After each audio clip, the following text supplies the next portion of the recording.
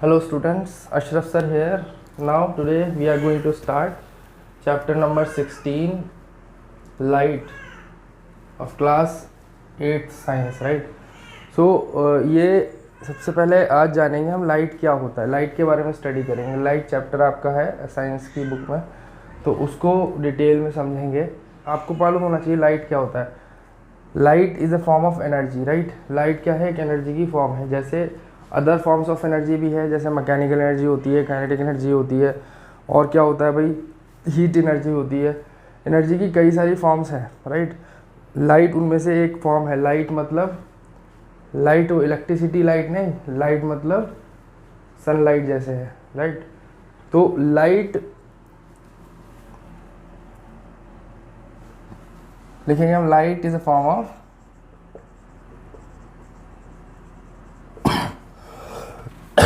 Excuse me, form of energy,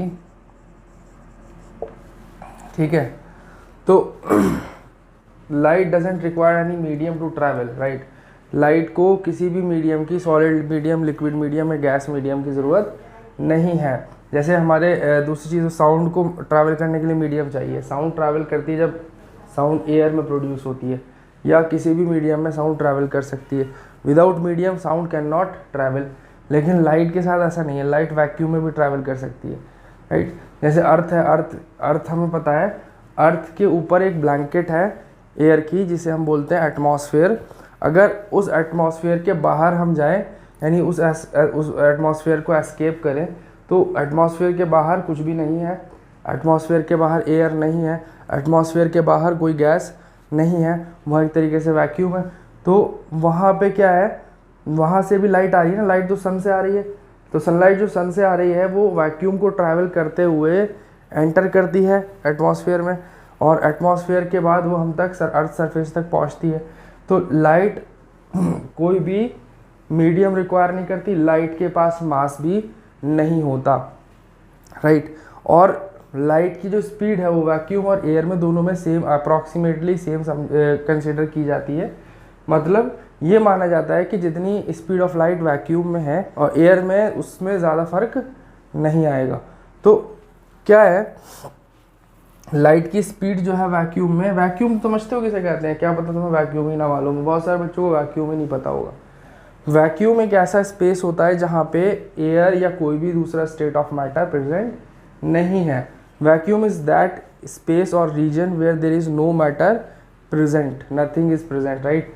तो उसे बोलते हैं वैक्यूम। वहाँ पे एयर, लाइट ट्रैवल कर सकती है, ठीक है। और एयर में और लाइट की वैक्यूम में जो स्पीड है वो सेम कंसीडर की जाती है, जो है 3 × 10⁸ मीटर पर सेकेंड, राइट। 3 × 10⁸ मीटर पर सेकेंड। इसको ज़रा अगर हम इमेजिन करें कितनी स्पीड है, तो आपको पता चलेगा ये स्पीड बहुत ही ज़्यादा है। देखो कैसे, मतलब इसका मतलब हुआ 3, ये तो 3 × 1 0 2 3 4 5 6 7 8 1 2 3 4 5 6 7 8 9 हो गए, ठीक है। ये 8, तो ये 8 ज़ीरोज़ लगा दो यहाँ पे, 3 3 6 2 8, तो हो जाएगा कुछ इतना, राइट। इतना मीटर 1 सेकंड में। और ज़्यादा अगर हम इसको एनालाइज करें तो हमें पता चलेगा ये बहुत, इसको अगर हम मान लो किलोमीटर में कन्वर्ट करें, इतने मीटर्स है ना, तो 1000 से डिवाइड करके किलोमीटर में कन्वर्ट हो जाएगा। तो जब हम 1000 से डिवाइड करेंगे इसको, तो क्या हो जाएगा, किलोमीटर पर सेकेंड। तो 3 ज़ीरोज़ से 3 ज़ीरोज़ कैंसिल, तो क्या बचा, 1 2 3 4 5 ज़ीरोज़ बचे, 2 3 4 5 किलोमीटर पर सेकेंड। और 5 ज़ीरोज़ का मतलब हो गया लाख, यानी 3 लाख किलोमीटर्स पर सेकेंड। यानी 1 सेकंड में 3 लाख किलोमीटर चलती है लाइट। 1 सेकंड में 3 लाख किलोमीटर, मतलब समझो बात को, कितनी तेज़ स्पीड है। अगर 1 सेकंड में 3 लाख किलोमीटर चल दी है, तो ये स्पीड बहुत, मतलब हमारी सोच से बाहर है। मतलब एक ये समझ लो, यहाँ से लेके ओखला तक, जो ओखला कैनाल कॉलोनी है 9 नंबर से लेके, जो कालिंदी कुंज, आपको जो ओखला और इस एरिया में रहते हैं, शाहीन बाग एरिया में, या जो भी आसपास के रीजन में रहते हैं, मतलब हमारा कालिंदी कुंज और ओखला, इसके बीच में कितना डिस्टेंस है, ये 3 किलोमीटर अप्रॉक्सीमेटली है। तो कालिंदी कुंज से कैनाल कॉलोनी 3 किलोमीटर है। अब ये इतना डिस्टेंस 3 किलोमीटर है, तो सोचो 3 लाख किलोमीटर, 1 लाख टाइम कर दो उसको, उस डिस्टेंस को 1 सेकंड में इतनी स्पीड से इतना डिस्टेंस ट्रैवल कर लेती है 1 सेकंड में। तो बहुत तेज़ स्पीड हुई लाइट की। सो लाइट की स्पीड जितनी हम वैक्यूम में लेते हैं उतनी हम एयर में लेते हैं। क्लियर हो गया? अब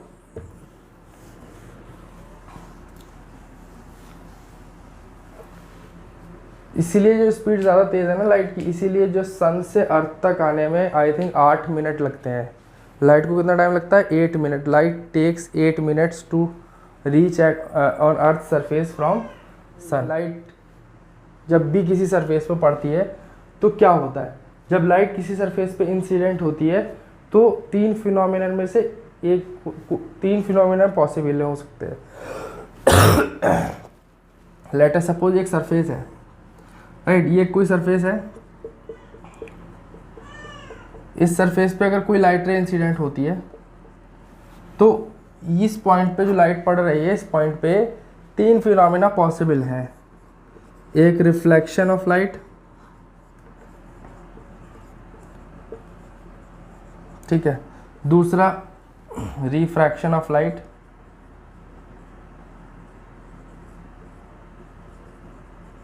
और तीसरा है एब्जॉर्प्शन ऑफ लाइट। ये दोनों तो थोड़ा थोड़ा पढ़ना है 8th क्लास में, ये नहीं पढ़ना, ये तुम्हारे 10th में भी नहीं है। ये एब्जॉर्प्शन ऑफ लाइट की बात हम नहीं करते हैं, राइट। ये फिनोमेना लेकिन होता है थोड़ा बहुत हर सरफेस पे जब लाइट इंसिडेंट होती है। 100% रिफ्लेक्शन या रिफ्रैक्शन नहीं होता कभी भी, आइडियल, राइट। तो जब भी कोई लाइट किसी सरफेस पे इंसिडेंट होती है तो रिफ्लेक्शन और रिफ्रैक्शन और एब्जॉर्प्शन, ये 3 फिनोमेना पॉसिबल है। जब कोई लाइट रे इस सरफेस पे पड़ रही है और मान लो रिफ्लेक्शन हो रहा है, तो रिफ्लेक्शन में क्या होता है, लाइट सेम मीडियम में रिवर्ट बैक हो जाती है विदाउट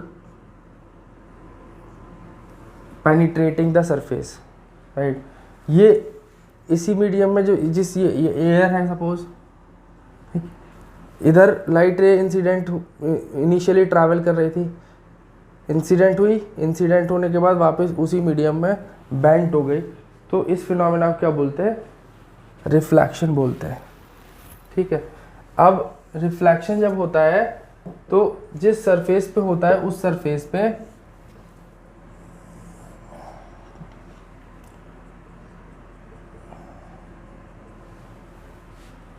जिस पॉइंट पे इंसिडेंट होती है लाइट, वो उस पॉइंट पे जो परपेंडिकुलर हम ड्रॉ करते हैं, perpendicular line perpendicular to the surface और plane at which light is incidenting, तो उस लाइन को बोलते हैं नॉर्मल। क्या बोलते हैं, नॉर्मल। ये नॉर्मल क्या, परपेंडिकुलर टू द सरफेस है, राइट। और ये जो इनिशियल लाइट रे है जो इनिशियली ट्रैवल कर रही थी मीडियम में, इस सरफेस पे इन सरफेस पे इंसिडेंट होने से पहले, इस पे पड़ने से पहले, इस पॉइंट पे टच होने से पहले, ये जो लाइट रे है इसे कहते हैं हम इंसिडेंट रे।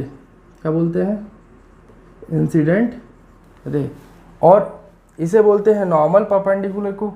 ये पॉइंट जिस पॉइंट पे लाइट रे इंसिडेंट होती है इसे बोलते हैं point of incidence, point of incidence. और ये लाइट रे जो रिफ्लेक्ट होने के बाद सेम मीडियम में वापस बेंट हो रही है, जा रही है, टर्न हो रही है, इसको बोलते हैं रिफ्लेक्टेड रे, राइट। और नॉर्मल और इंसिडेंट रे के बीच में जो एंगल बनता है इसको बोलते हैं आई, स्मॉल आई। ये एंगल जो आई है इसको बोलते हैं एंगल ऑफ इंसिडेंस। ये क्या है, एंगल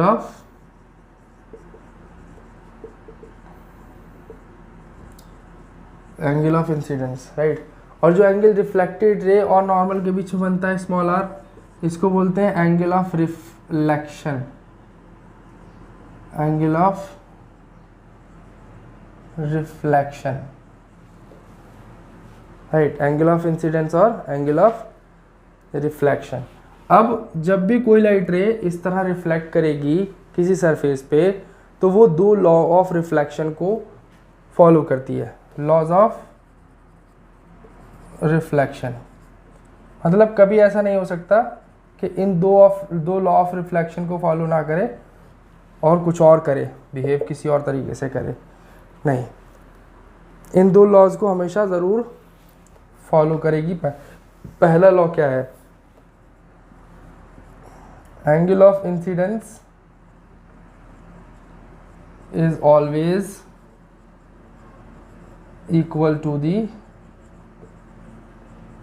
एंगल ऑफ रिफ्लेक्शन। पहला लॉ है कि एंगल ऑफ इंसिडेंस और एंगल ऑफ रिफ्लेक्शन हमेशा क्या होते हैं? इक्वल होते हैं। ठीक है, मतलब कभी ऐसा नहीं होगा कि लाइट इस तरह रिफ्लेक्ट करे कि ये दोनों एंगल अनइक्वल बने, यानी ऐसा कभी नहीं होगा कि लाइट इस तरह रिफ्लेक्ट कर जाए, ये एंगल तो बड़ा बन रहा है, ये छोटा, आई बड़ा बन रहा है और आर छोटा, ऐसा नहीं होगा। मतलब जब भी रिफ्लेक्शन होगा तो ये लाइट रे रिफ्लेक्टेड इसी तरीके से जाएगी कि इसका एंगल आर भी इक्वल बनेगा आई के, जितना आई है उतना ही आर बनेगा। तो ये पहला लॉ ऑफ रिफ्लेक्शन है, right. Second law of reflection क्या है? Incident ray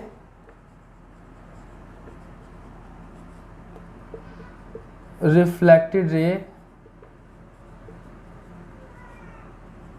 and normal all lie in the same plane in the same plane at the point of incidence, at the point of incidence, right। मतलब कि ये तीनों चीज़ें, ये incident ray, ये normal और ये रिफ्लेक्टेड रे, ये तीनों ही लाइट रेज, ये दोनों लाइट रेज और नॉर्मल, ये तीनों चीज़ें एक ही प्लेन में लाई करेंगी पॉइंट ऑफ इंसिडेंस पे, यानी इसी पॉइंट पे लाई करेंगी तीनों। देखो ऐसा नहीं होगा कि इंसिडेंट रे तो यहाँ पड़े, नॉर्मल यहाँ बने और रिफ्लेक्टेड रे यहाँ से निकले, नहीं, तीनों एक ही पॉइंट पे होंगी। दूसरी बात, एक ही प्लेन में होंगी का क्या मतलब है? जैसे लाइट रे इस प्लेन में आई ना, इस along the surface of the board I, right, और रिफ्लेक्ट होके इसी along the surface of board गई, इसी प्लेन में गई, एक ही प्लेन में। ऐसा नहीं हुआ ना कि लाइट ऐसे आके इंसिडेंट होके बाहर निकल आई हो। आ रही है बात समझ में? प्लेन चेंज का मतलब है कि 3D कुछ हो जाएगा, समझ रहे हो? या इस तरीके से समझो, जैसे ये एक्स और वाई एक्सिस होती है, ठीक है, पढ़ा है कोऑर्डिनेट ज्योमेट्री में या मैथ्स में, ठीक, एक्स एक्सिस और वाई एक्सिस। तो एक प्लेन ये है जिसे बोलते हैं हम एक्स वाई प्लेन, राइट, ये एक प्लेन है, ठीक है। अगर हम एक और एक्सिस कंसीडर करें जेड एक्सिस 3D में, तो कितने प्लेन है? देखो ये जेड एक्सिस हो गई, ठीक, तो एक प्लेन ये हो जाएगा जेड एक्स प्लेन, और एक प्लेन हो जाएगा भाई ये वाला वाई जेड प्लेन, ये वाला। मतलब हम कॉर्नर ऑफ रूम को देखें तो कॉर्नर ऑफ रूम में एक वॉल ये है, दूसरी वो है, और एक नीचे वाला फ्लोर है, ये तीनों अलग अलग प्लेन है। तो एक प्लेन में अगर जा रही है लाइट ऐसे, तो इसी प्लेन में रिफ्लेक्ट होगी। ऐसा नहीं होगा कि इसमें गई और फिर इस वाले प्लेन में आ गई, बाहर आ गई, या इसमें गई और इस वाले प्लेन में आ गई, नीचे वाले में नहीं। समझ में आ रहा है? प्लेन नहीं समझ में आया तो भी कोई दिक्कत नहीं, बस ये समझो कि एक सरफेस के अलॉन्ग अगर इंसिडेंट रे ट्रैवल कर रही है तो रिफ्लेक्टेड रे भी उसी सरफेस के अलॉन्ग ट्रैवल करेगी, रिफ्लेक्ट होने के बाद बाहर की तरफ या अंदर की तरफ सरफेस में बेंट नहीं होगी, ठीक है। यानी 2 डायमेंशनल ही रहेगी उसकी ज्योमेट्री, इंसिडेंट और रिफ्लेक्टेड रे की 3 डायमेंशनल ज्योमेट्री नहीं बनेगी, राइट। सो इंसिडेंट रे, रिफ्लेक्टेड रे और नॉर्मल तीनों एक ही प्लेन में लाई करते हैं, और कहाँ लाई करते हैं? पॉइंट ऑफ इंसिडेंस पे लाई करते हैं। तो ये दो लॉज ऑफ रिफ्लेक्शन हुए। ये दोनों लॉज ऑफ रिफ्लेक्शन को हर लाइट रे क्या करेगी? फॉलो करेगी जब भी रिफ्लेक्ट होगी किसी भी मिरर से या सरफेस से, राइट। अब प्लेन मिरर तुम्हें मालूम है क्या होता है? प्लेन जैसे सरफेस होती है, बस उसमें ग्लास की प्लेन सरफेस जिसमें एक तरफ क्या हो? सिल्वर पेंट हो, जब प्लेन मिरर बोलते हैं, राइट। तो प्लेन मिरर से रिफ्लेक्शन होता है, ठीक है। जैसे सपोज अगर ये एक प्लेन मिरर है तो ये ग्लास है एक तरीके से, राइट, ये ग्लास है, प्लेन ग्लास ट्रांसपेरेंट। उसमें अगर हम एक तरफ क्या कर दें, सिल्वर पेंट कर दें, एक तरफ हम सिल्वर पेंट कर दें, ये जो डैश डैश बनाया है ये पेंट शो कर रहा है, इस साइड पेंटेड है सरफेस, सिल्वर पेंट। तो दूसरी साइड जो है रिफ्लेक्टिंग सरफेस होती है। कैसी होती है? Reflecting surface. ये है प्लेन मिरर। अब इस प्लेन मिरर के सामने अगर कोई भी ऑब्जेक्ट रखा होता है, सपोज एक पॉइंट ऑब्जेक्ट ओ है जो यहाँ रखा है, राइट, तो क्या होता है, इस पॉइंट ऑब्जेक्ट से लाइट रेज निकलती है और प्लेन मिरर पे क्या होती है, इंसिडेंट होती है, ठीक है। ये दो इंसिडेंट रे मैंने बनाई हैं जो ऑब्जेक्ट ओ से निकल के प्लेन मिरर पे इंसिडेंट हो रही हैं, राइट। ये एक लाइट रे है, इंसिडेंट रे नंबर 1, ठीक है। ये दूसरी लाइट रे है, इंसिडेंट रे नंबर 2। ये इन दो अलग अलग पॉइंट ऑफ इंसिडेंस पे क्या हो रही है, इंसिडेंट हो रही है।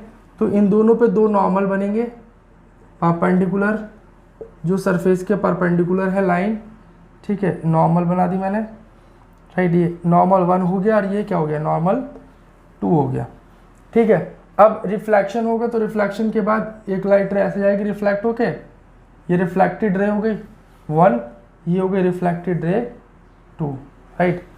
तो यहाँ पे भी एंगल ऑफ इंसिडेंस और एंगल ऑफ रिफ्लेक्शन बनेगा। तो एंगल ऑफ इंसिडेंस नंबर 1 और एंगल ऑफ रिफ्लेक्शन नंबर 1, ठीक। तो ये दोनों फर्स्ट नॉर्मल पे है इसलिए हमने 1 1 डिनोट किया है। ये एंगल ऑफ इंसिडेंस नंबर 2 और ये एंगल ऑफ रिफ्लेक्शन नंबर 2 हो गए, राइट। ये दोनों ही जगह पे, यहाँ पे भी, इस पॉइंट पे भी जो रिफ्लेक्शन हो रहा है लाइट का, ये भी लॉ ऑफ रिफ्लेक्शन को फॉलो कर रहा है, दोनों लॉज ऑफ रिफ्लेक्शन को, और ये रिफ्लेक्शन भी दोनों लॉज ऑफ रिफ्लेक्शन को फॉलो कर रहा है, ठीक है। तो ये प्लेन मिरर के सामने जो ऑब्जेक्ट रखा है, पॉइंट ऑब्जेक्ट ओ, उससे निकलने वाली दो इंसिडेंट लाइट रेज इस तरह कुछ रिफ्लेक्ट हो रही हैं। तो जब हम इधर से खड़ा होकर देखते हैं तो ये वाली लाइट रे रिफ्लेक्टेड और ये रिफ्लेक्टेड लाइट रे क्या है, मिरर के पीछे से किसी पॉइंट से आती हुई नज़र आती है। मतलब जब हम देखेंगे इधर से खड़ा होकर तो ये ऐसा नहीं लगेगा कि इस ओ ऑब्जेक्ट से आ रही हैं। यहाँ से जब देखोगे तो आपको ये लगेगा कि इस ओ ऑब्जेक्ट से नहीं आ रही, ये जो इस तरह दूर दूर जा रही हैं एक दूसरे से, ये कहीं किसी एक सिंगल पॉइंट पीछे से, मिरर के पीछे से आ रही हैं, राइट। वो जो पॉइंट है जिस पॉइंट से ये आती हुई नज़र आएंगी, वो पॉइंट क्या होगा भाई, वो पॉइंट इमेज होगी। किसकी इमेज होगी? इस पॉइंट ऑब्जेक्ट की। इस पॉइंट ऑब्जेक्ट की क्या है ये इमेज, राइट। यानी कि ये जो ऑब्जेक्ट है ये हूबहू वैसे ही ऑब्जेक्ट ये मिरर के पीछे नज़र आएगा अगर हम इधर से देखते हैं खड़े होकर, राइट। तो ऐसा ही होता है जब हम अपना फेस देखते हैं मिरर के सामने खड़े होते हैं तो हमें हमारा फेस पीछे मिरर के पीछे नज़र आता है। तो इसी वजह से आता है क्योंकि हमारे फेस से निकलने वाली लाइट हमारे फेस से निकलती नहीं है, रिफ्लेक्ट होती है फेस से या ऑब्जेक्ट से भी रिफ्लेक्ट होती है। जो ल्यूमिनस ऑब्जेक्ट्स होते हैं उनसे ही सिर्फ निकलती है, कैंडल वगैरह से। जो नॉन ल्यूमिनस ऑब्जेक्ट्स होते हैं सभी अपने ऊपर से रिफ्लेक्ट करके सेंड करते हैं, जैसे हम लोग। तो रिफ्लेक्शन हो या ल्यूमिनस ऑब्जेक्ट की खुद की लाइट हो, वो लाइट इंसिडेंट होगी इस तरह और रिफ्लेक्ट होगी। रिफ्लेक्शन के बाद जो रिफ्लेक्टेड लाइट रेज है वो मिरर के पीछे किसी पॉइंट से आती हुई नज़र आएंगी या किसी ऑब्जेक्ट से आती हुई नज़र आएंगी। वो ऑब्जेक्ट जो नज़र आएगा वो ऑब्जेक्ट सेम ऑब्जेक्ट होगा जो ऑब्जेक्ट मिरर के सामने रखा है, राइट। तो ये इमेज कहलाती है किसकी? ऑब्जेक्ट की। तो ये हो गया। अब इमेज बनती ही तब है, एक बात ध्यान रखना, इमेज बनती ही तब है जब रिफ्लेक्टेड लाइट रेज का इंटरसेक्शन हो। जिस पॉइंट पे रिफ्लेक्टेड लाइट रेज इंटरसेक्ट होती हैं उस पॉइंट पे उस ऑब्जेक्ट की इमेज बनती है जिस ऑब्जेक्ट से वो लाइट रेज आ रही होती हैं इनिशियली बिफोर रिफ्लेक्शन, राइट। तो जिस पॉइंट पे दो light rays reflected light raise intersect करती हैं उस पॉइंट पे क्या बनती है? इमेज। अब ये तो इंटरसेक्ट करेंगी नहीं आपस में रियल लाइट रेज, क्योंकि ये दोनों एक दूसरे से दूर जा रही हैं। इंटरसेक्ट वो लाइट रेज करती हैं जो कन्वर्ज हो रही हो, जो लाइंस एक दूसरे के टूवर्ड्स एक दूसरे की तरफ कन्वर्ज हो रही हो, वो आपस में रिफ्लेक्ट कर सकती हैं, इंटरसेक्ट कर सकती हैं, पॉसिबल है। लेकिन जो लाइट रेज जो लाइन्स एक दूसरे से दूर दूर जा रही हो, डाइवर्ज हो रही हो, वो थोड़ी नहीं इंटरसेक्ट करेंगी। तो इसी तरह ये लाइट रेज हैं, ये लाइट रेज आपस में एक दूसरे से दूर दूर जा रही हैं, तो ये आपस में एक दूसरे से क्या करेंगी? इंटरसेक्ट नहीं कर सकती इस साइड, लेकिन अगर हम देखें तो ये दूसरी साइड तो कर सकती हैं, दूसरी साइड तो क्या हो रही है, कन्वर्ज। तो इसीलिए पीछे से कहीं एक ही पॉइंट ऑफ इंटरसेक्शन से ये दोनों आती हुई नज़र आती हैं, जो पॉइंट ऑफ इंटरसेक्शन क्या होता है, इमेज होती है ऑब्जेक्ट की। तो अब ये फिगर बना लो। इस फिगर में ध्यान रखना जब आप बनाएंगे तो ये स्केल रख के पूरी स्ट्रेट आए, यहाँ बैंडिंग नहीं शो होनी चाहिए। मैंने स्केल यूज़ नहीं किया इसलिए हल्का सा बैंड नज़र आ रहा है। ये बिल्कुल बैंडिंग शो नहीं होनी चाहिए, स्ट्रेट आनी चाहिए। यहाँ तक ये डार्क लाइन बनेगी और इसके आगे डॉटेड, सिमिलरली यहाँ तक डार्क और ये डॉटेड, ये इधर का पार्ट डार्क, नॉर्मल्स डॉटेड, और बिल्कुल एक्यूरेट फिगर होना चाहिए। और ध्यान रखना ये जितनी दूर होगा ओ डैश भी उतनी ही दूर होगा मिरर से, यानी कि दोनों डिस्टेंसेस इक्वल होना चाहिए और लाइन से स्ट्रेट होनी चाहिए सारी। तो ये आप ड्रॉ कर लीजिए, फिगर का स्क्रीनशॉट ले लीजिए, उसके बाद बनाइए अपने फिगर नोटबुक में। और इसके बाद हम देखेंगे जो प्रॉपर्टीज़ हैं वो क्या क्या हैं उस इमेज की, जो इमेज प्लेन मिरर से बनती है। तो प्लेन मिरर से बनने वाली इमेज की प्रॉपर्टीज़ पे आते हैं कि कैसी इमेज बनती है।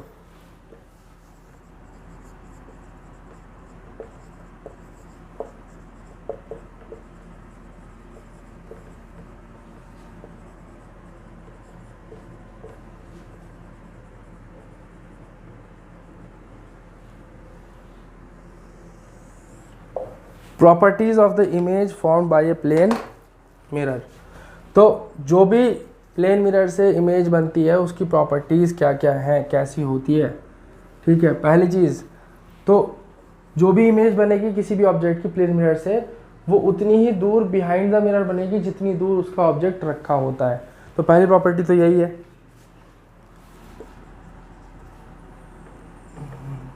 The image formed by a plane mirror is at the same distance behind the mirror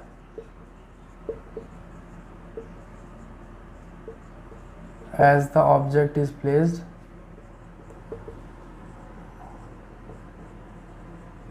in front of it।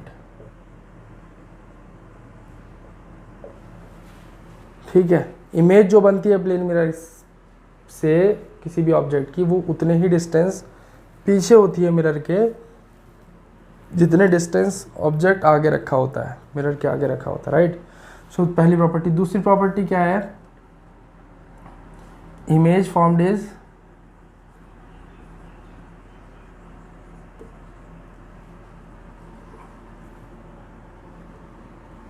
Virtual and erect. Virtual and erect मतलब वर्चुअल का क्या मतलब है, रियल इमेज नहीं होती। रियल इमेज वो होती हैं जो स्क्रीन पे हम ले सकते हैं, जो प्रोजेक्टर से लाइट निकलती है और स्क्रीन पे इमेज बनती है, हम फिल्म देखते हैं प्रोजेक्टर से, प्रोजेक्टर की हेल्प से, वो रियल इमेज होती है। लेकिन ये जो है वर्चुअल इमेज होती है, मतलब ऐसी इमेज जो हम मिरर से बनाते हैं जिसको हम किसी स्क्रीन पर ऑब्टेन नहीं कर सकते, मिरर के पीछे नज़र आती है, वो वर्चुअल इमेज है। या हम कह सकते हैं जो रियल लाइट रेज है, एक्चुअल लाइट रेज, उनके इंटरसेक्शन से जब बनती है इमेज वो रियल होती है, और जो वर्चुअल लाइट से इमेजिनरी लाइट के इंटरसेक्शन से बनती है वो वर्चुअल। हमने देखा था कि इमेज जो है, इमेज कब बन रही थी, जब लाइट को हम पीछे की तरफ एक्सटेंड कर रहे थे, तो that too reflected light rays were appear to be coming from behind the a common point behind the mirror. They were not actually coming from that particular point, they were coming from in an object which is in front of the mirror, but they was appeared to be coming from behind the mirror, so from the common point behind the mirror. So आप जो भी light rays intersect कराएंगे real reflected light raise, उससे तो real image बनेगी, और imaginary light rays के intersection से जब भी लाइट बनती है रिफ्लेक्टेड लाइट रेज के, उससे इमेज वर्चुअल इमेज बनती है। तो ये इमेज वर्चुअल कैसी होती हैं, जिनको हम स्क्रीन पे नहीं ले सकते, रियल इमेज को हम स्क्रीन पे ऑब्टेन कर सकते हैं। Image form is virtual and direct. तीसरा the size of the image is always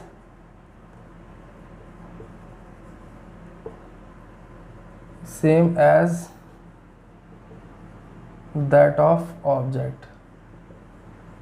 मतलब इमेज का जो साइज़ होता है वो हमेशा उतना ही बड़ा, उतना ही होता है साइज़ जितना ऑब्जेक्ट का साइज़ हो। मतलब ऑब्जेक्ट और इमेज सेम साइज़ की होती है, छोटी बड़ी नहीं होती है। ऐसा नहीं होता कि ऑब्जेक्ट बड़ा रखा है इमेज छोटी बन रही है और इमेज ऑब्जेक्ट छोटा रखा है इमेज बड़ी बन रही है। प्लेन मिरर में ऐसा कभी नहीं होता। फोर्थ देखिए क्या है, the left side of the image appears to be the right side of the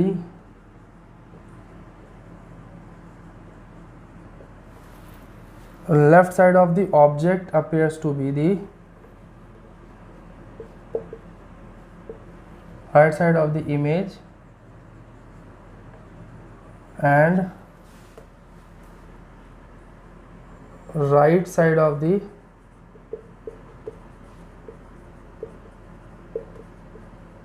object appears to be the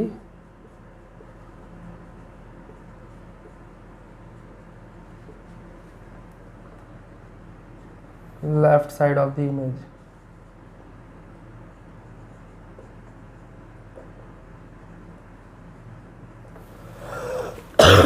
क्या होता है, जो ऑब्जेक्ट का लेफ्ट साइड है वो इमेज का राइट नज़र आता है और जो इमेज का राइट साइड है वो ऑब्जेक्ट का लेफ्ट नज़र आता है। इस तरीके से साइड्स इंटरचेंज हो जाती हैं। इस फिनोमेना को बोलते हैं भाई, this phenomenon is known as lateral inversion. क्या बोलते हैं, लेटरल इन्वर्जन। ठीक है, लेटरल इन्वर्जन बोलते हैं भैया इन्हें। तो अगर लेटरल इन्वर्जन आ जाए, व्हाट इज लेटरल इन्वर्जन या what do you mean by lateral inversion, तो आपको सिर्फ ये वाली प्रॉपर्टी लिखनी है इमेज की, ये वाली प्रॉपर्टी, ये फोर्थ पॉइंट, राइट पूरा। और लेटरल इन्वर्जन का प्रैक्टिकल एप्लीकेशन कहाँ है, एम्बुलेंस। देखिए एम्बुलेंस के ऊपर जो एम्बुलेंस लिखा होता है वो कैसा लिखा होता है, उल्टा लिखा होता है। क्यों लिखा होता है उल्टा, क्योंकि जब सामने जो गाड़ी चल रही है, एम्बुलेंस के आगे जो गाड़ी चल रही है, वो अपनी साइड मिरर में जब देखे तो उसको, जब मिरर में रीड करे वो, तो उसको सीधा सीधा नज़र आए। क्योंकि अगर सीधा लिखा होता तो उल्टा नज़र आता, और अगर उल्टा लिख देंगे तो क्या आएगा, सीधा नज़र आएगा। तो गाड़ी वाले को सीधा नज़र आए ड्राइवर को, और वो फ़ौरन देख के समझ जाए एम्बुलेंस है भाई, साइड दो, इसको जल्दी निकलना है, राइट। सो इसीलिए लेटरल इन्वर्जन की वजह से ही हम एम्बुलेंस पे एम्बुलेंस उल्टा लिखते हैं। अदरवाइज़ नहीं लिखेंगे तो एम्बुलेंस सीधा नहीं नज़र आएगा, मिरर में देखने पे वो उल्टा लिखा हुआ नज़र आएगा, जिसमें हो सकता है ड्राइवर को रीड करने में टाइम लगे और वो जल्दी से साइड ना दे। सो ये एक प्रैक्टिकल एप्लीकेशन थी इस फिनोमेना की, लेटरल इन्वर्जन की, एम्बुलेंस वाली, राइट। सो ये सारी की सारी प्रॉपर्टीज़ हैं इमेज की जो प्लेन मिरर में बनती है किसी भी ऑब्जेक्ट की। आप इनका स्क्रीनशॉट लीजिए और जल्दी से इसको या पॉज करके लिख लीजिए, नोट्स में लिखिए, इन्हें सब नोट्स बनाइए, राइट। तो इसके बाद हम नेक्स्ट क्लास में देखेंगे इसके आगे की स्टोरी। जब तक के लिए ये वीडियो बार बार देखो, समझो और इससे नोट्स बनाओ। और अगर कोई चीज़ समझ में नहीं आई, कोई प्रॉब्लम है, तो आप कमेंट सेक्शन में कमेंट करके पूछ सकते हो, आपकी क्वारीज पे रिप्लाई दिया जाएगा।